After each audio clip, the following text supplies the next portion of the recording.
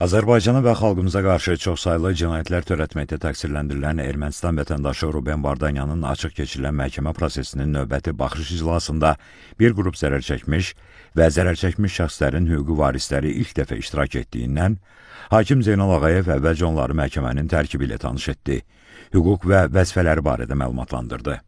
Bundan sonra Ermənistanın təcavüzkar müharibəsi və işğalçılıq siyasəti nəticəsində törədilmiş cinayət hadisələri zamanı zərər çəkənlər, habelə zərər çəkmişlərin hüquqi varisləri ifadə verdilər. Zərər çəkmiş Xəyal Canbaxışovun hüquqi varisi Xeyrulla Canbaxışov övladının Ağdərə istiqamətində düşmənin təxribatı nəticəsində həlak olduğunu dedi.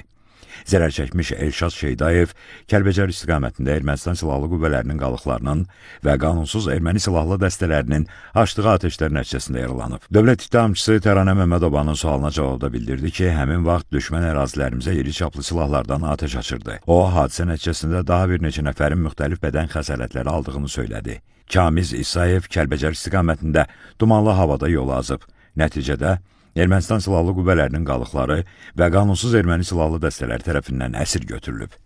Zərər çəkən Baş Prokurorluğun Dövlət İttihamının Müdafiəsi üzrə İdarəsinin şöbə rəisi Nəsir Bayramovun sualına cavabda bildirdi ki, əsir götürüldükdən sonra onun gözlərini bağlayıb bilmədiyi əraziyə aparıblar.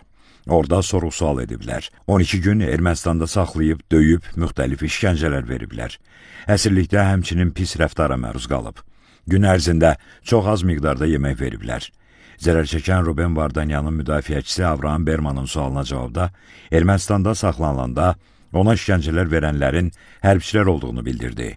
Talih Rzayev Ağdərə rayonunda düşmənin atdığı artilleriya mərmisinin yaxınlığına düşüb partlaması nəticəsində xəsarətlər alıb.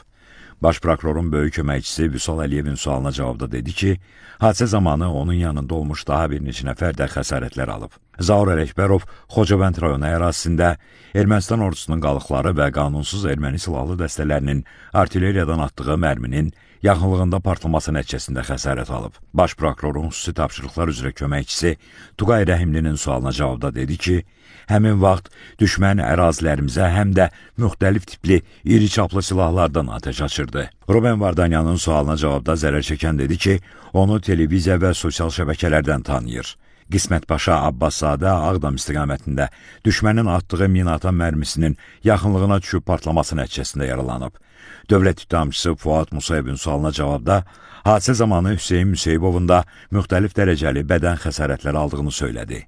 Telman Adgözəlov da atılmış artilleriya mərmisinin partlaması nəticəsində yaralanıb. Dövlət ittihamçısı Vüsal Abdullayevin sualına cavabda dedi ki, hadisə nəticəsində sağlamlığına ciddi ziyan dəyib. Elvin Məmmədov Ağdam istiqamətində düşmənin atdığı artilleriya mərmilərinin yaxınlığına düşüb partlaması nəticəsində xəsarətlər alıb. Rövşən Hacıbalayev Ağdərə istiqamətində yaralanıb. İfadə verdi ki, düşmən tərəfindən atılan artilleriya mərmisinin yaxınlığına düşərək partlaması nəticəsində kəllə beyin travması alıb. Hazırda sağlamlığında ciddi problemlər var. Hadisə zamanı onunla bərabər bir neçə nəfərin də müxtəlif dərəcəli bədən xəsarətləri aldığını bildirdi. Teymur Cəfərov düşmənin Laçın istiqamətində törətdiyi təxribat nəticəsində atılmış minaatan mərmisinin partlaması nəticəsində yaralanıb. Qeyd etdi ki, hadisə zamanı bir neçə nəfər həlak olub və bir neçə nəfər isə müxtəlif dərəcəli xəsarətlər alıb. Anar Seyidov ifadə verdi ki, düşmənin Kəlbəcər istiqamətində atdığı minaatan mərmisinin yaxınlığına düşüb partlaması nəticəsində yaralanıb. Hadisə zamanı Məhəmməd Məmmədov həlak olub. Qərib Pirverdiyev və adlarını xatırlamadığı daha bir neçə nəfər isə müxtəlif dərəcəli bədən xəsarətlər alıb. Aqil Quliyev Ağdam istiqamətində düşmən təxribatı nəticəsində yaralandığını və hadisə zamanı bir neçə şəxsin həlak olduğunu, daha bir neçə nəfərin xəsarətlər aldığını bildirdi. Xəqani Quliyev isə Xocalı istiqamətində yaralanıb. Bildirdi ki, düşmənin açdığı atəşlər nəticəsində bir neçə nəfər həlak olub, bir neçə şəxs isə müxtəlif dərəcəli bədən xəsarətlər alıb. Dəyanət Mərdanlı Ağdam rayonu ərazisində düşmənin atdığı minaatan mərmisinin yaxınlığına düşüb partlaması nəticəsində yaralandığını bildirdi. Qeyd etdi ki, həmin vaxt yanında olmuş Rəsul Ağayev və Təbriz Seydəliyev də müxtəlif bədən xəsarətlər alıb. Türkan Cəfərov Xankəndi istiqamətində düşmən tərəfindən atılmış artilleriya mərmisinin yaxınlığına düşüb partlaması nəticəsində yaralanıb. Dedi ki, həmin vaxt düşmən müxtəlif çaplı silahlarla atəşlər açırdı. Hadisə zamanı yanında olmuş Vasif Osmanov, Əlməmməd Hüseynov və Ramal İsazadə də xəsarətlər alıb. Sərxan Rəhimov isə Ağdam istiqamətində yaralıları təxliyə etmək üçün sanitar avtomobillə hərəkət edərkən düşmənin açdığı atəş nəticəsində yaralanıb. İfadə verdi ki, onun içərisində olduğu avtomobilin üzərində dörd bir tərəfdən uzaqdan aydın şəkildə görünən tanınma nişanı olub. Düşmənin təxliyəsinə imkan vermədiyi yaralılara vaxtında tibbi yardım göstərə bilmədikləri üçün onlar həlak olub. Məhərrəm Kərimli düşmənin təxribatı ilə 2 dəfə qarşılaşıb. Birinci dəfə Laçın istiqamətində artilleriyadan açılmış atəş nəticəsində zərər çəkib. Həmin hadisə zamanı bir neçə nəfər həlak olub. İkinci dəfə isə Ağdam, Ağdərə istiqamətində yaralı şəxsə tibbi yardım göstərərkən snayperdən açılan atəş nəticəsində ayağından yaralanıb. Həmin zamanda yaxınlığında olmuş bir neçə nəfər həlak olub. Zərər çəkmiş şəxs təqsirləndirilən Ruben Vardanyanın sualına cavabında onunla tanışlığının olmadığını, sosial şəbəkələr və media vasitəsilə tanıdığını dedi. Pərviz Adgözəlov isə bildirdi ki, düşmənin Ağdərə istiqamətində təxribatı nəticəsində yaralanıb, kəllə beyin travması alıb.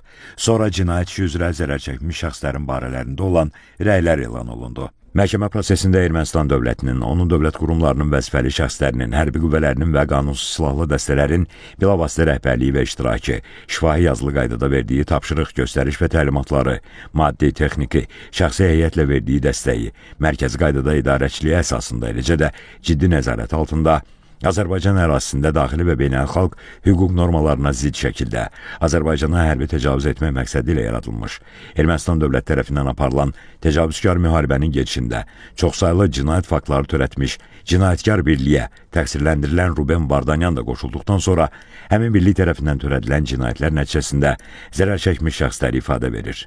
Məhkəmənin növbəti iclası oktyabrın 21-nə təyin olundu. Qeyd edək ki, Bakı Hərbi Məhkəməsinin hakimləri Zeynal Ağayevin sədrliyi, Ana Rızayev və Camal Ramazanovdan ibarət tərkibdə keçirilən məhkəmə prosesində Ermənistan vətəndaşı Ruben Vardanyan Azərbaycan Respublikası Cinayət Məcəlləsinin bir çox maddələri, o cümlədən təcavüzkar müharibəni planlaşdırma, hazırlama, başlama və aparma, əhalini deportasiya etmə və məcburi köçürmə, işgəncə, muzdulluq, terrorçuluğu maliyyələşdirmə maddələri ilə ittiham olunur.